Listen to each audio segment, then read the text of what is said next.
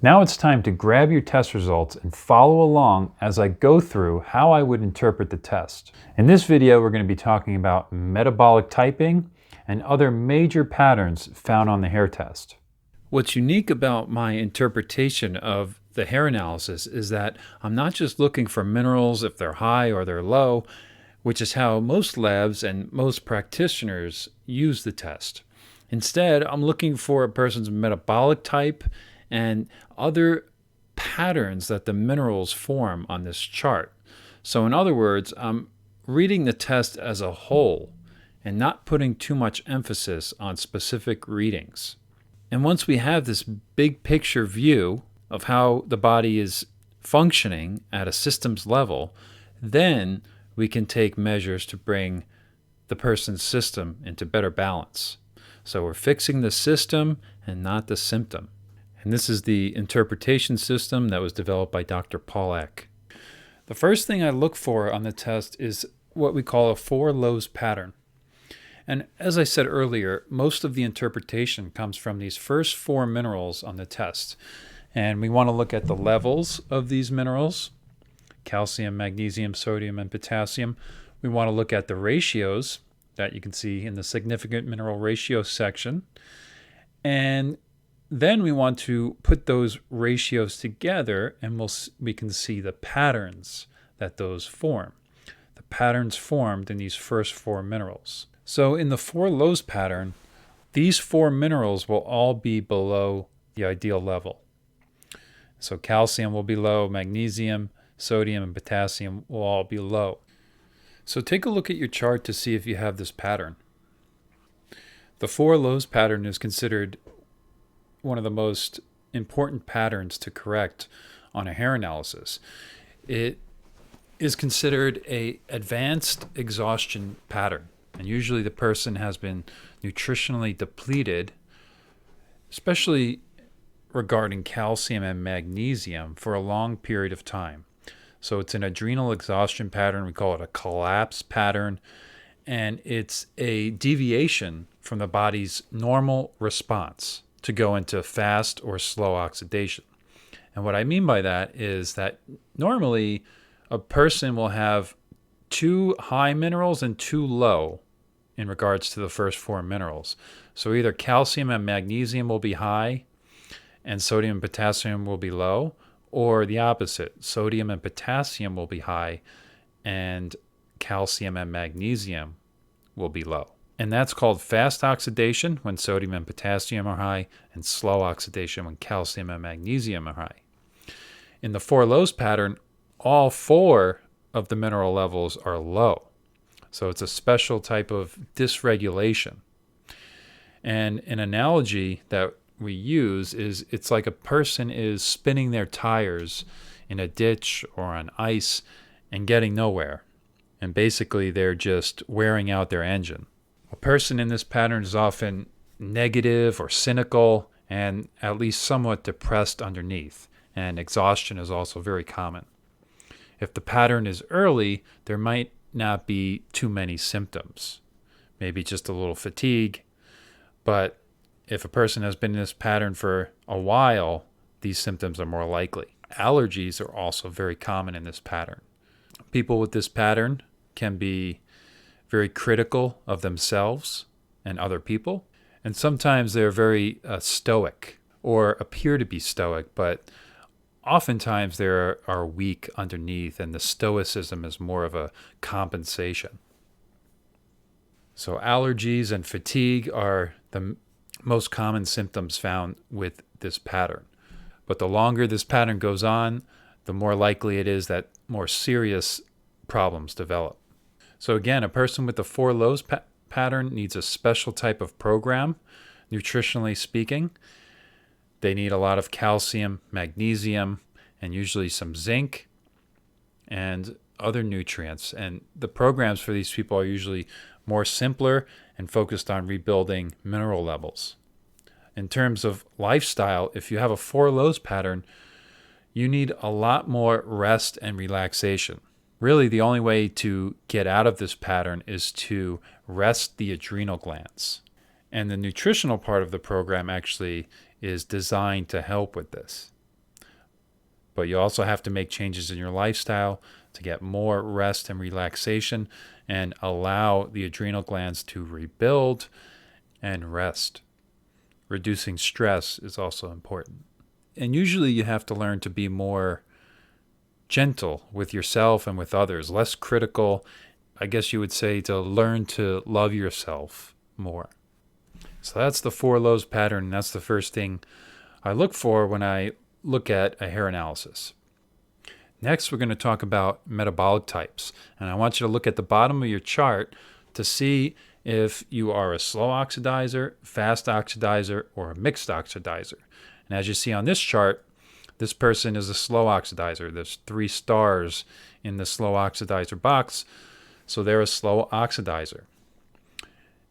And we could see that visually by looking at the chart. This person has low sodium and potassium levels and relatively higher magnesium level and a high calcium level. And that depicts slow oxidation. If you want to look at it mathematically, we want to look at the ratios down below, the calcium to potassium ratio, which is the thyroid ratio.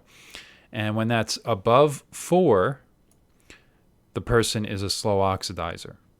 So this person is way above 4.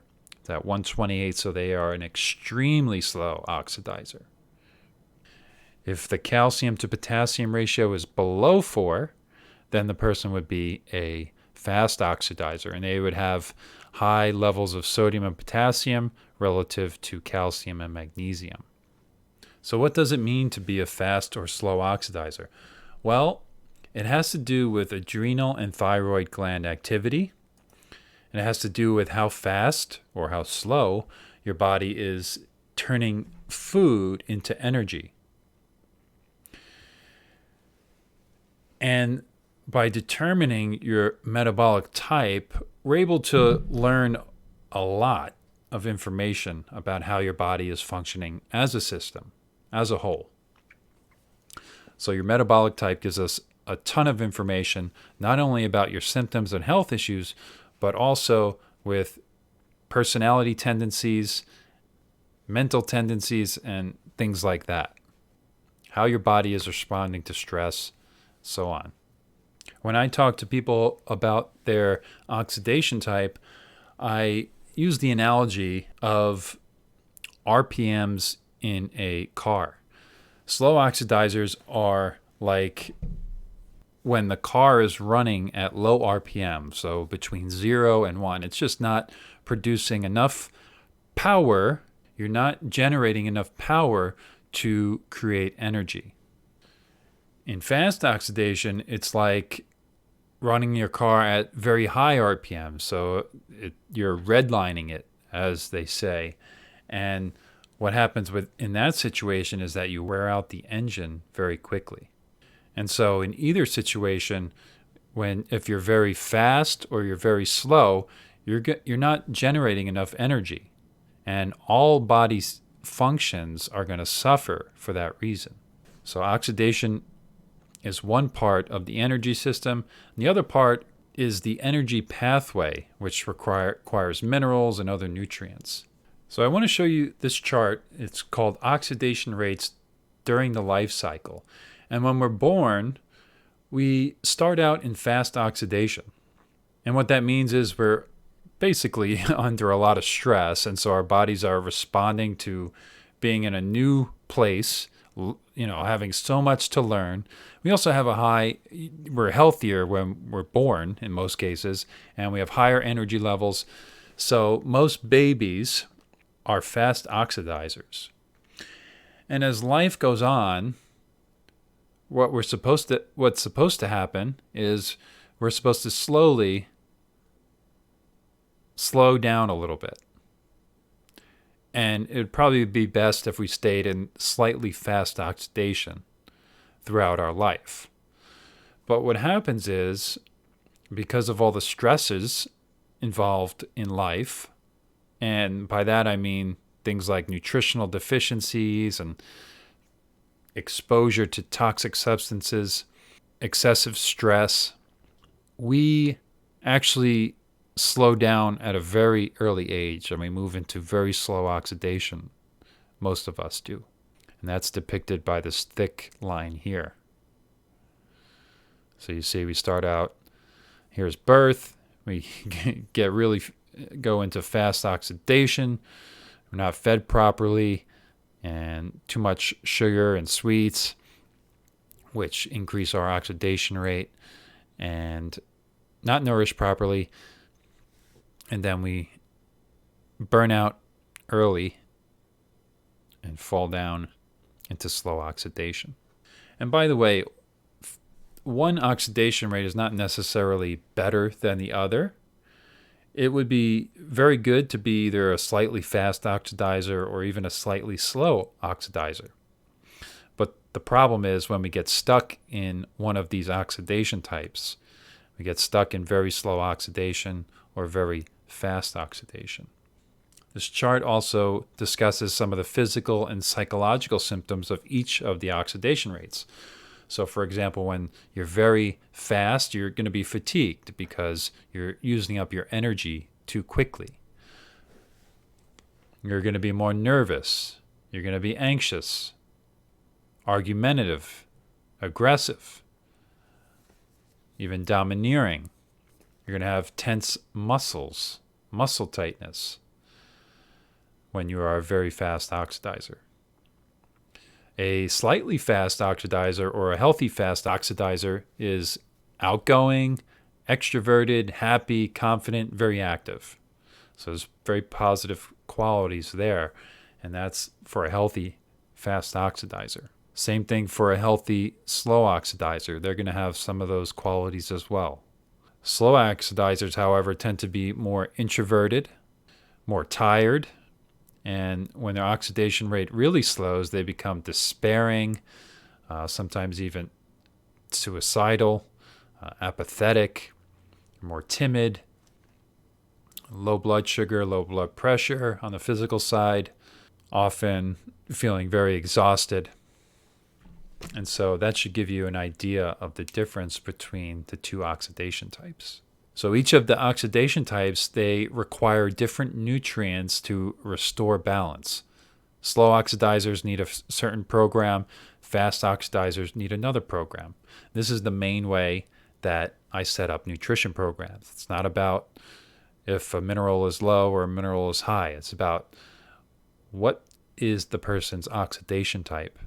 And then we support them that way to either increase or slow down their oxidation rate, and this is done through nourishment, not stimulation.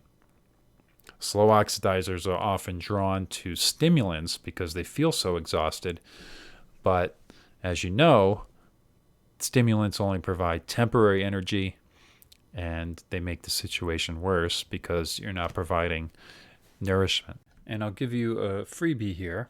If you're a slow oxidizer, it's better to reduce your intake of fatty foods, and in particular fats and oils like butter and olive oil. It's best to keep those to a minimum because fats are going to slow your metabolism even more, which is putting you in the wrong direction. And usually slow oxidizers, they feel pretty bad when they eat fatty foods. It may feel heavy in their stomach and hard to digest.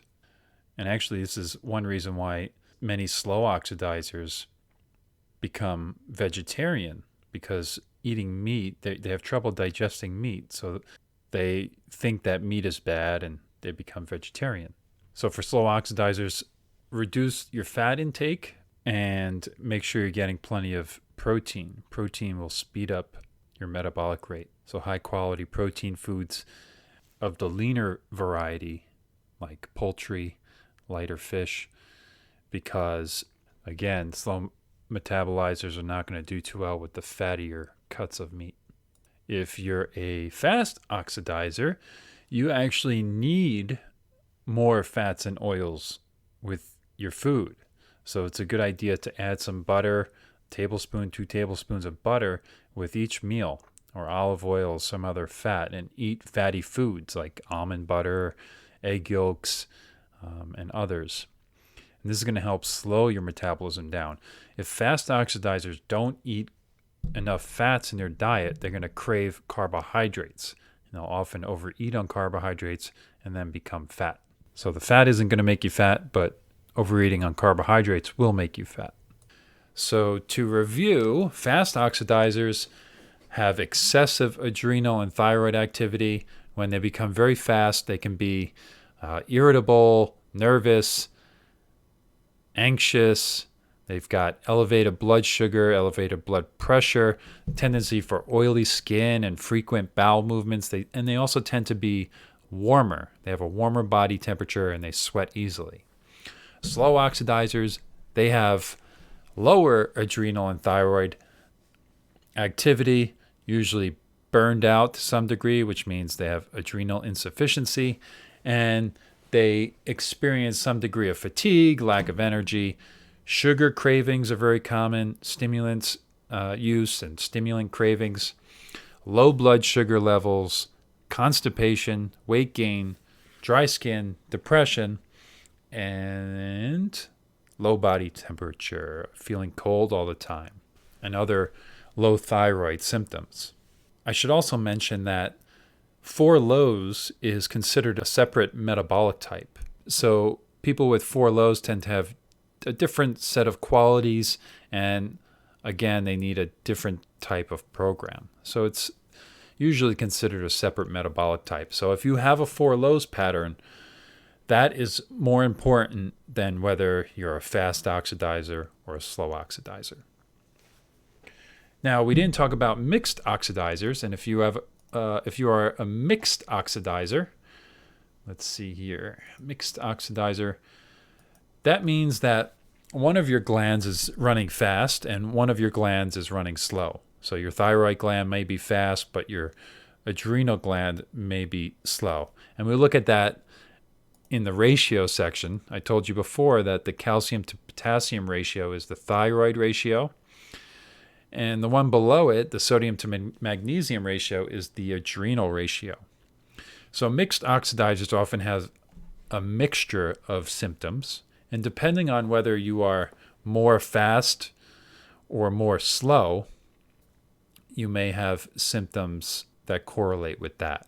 Mixed oxidation is really just a temporary situation. And when we set you up on a nutrition program, within a few weeks or a few months, you'll switch into either one of the metabolic types. And if you are a mixed oxidizer and you're wondering which oxidation type you're closer to, there is a way to determine that. And if you send me an email, I will look at your chart and I'll let you know. So that should give you an idea of your metabolic type and what it means. And next, I want to talk about mineral ratios.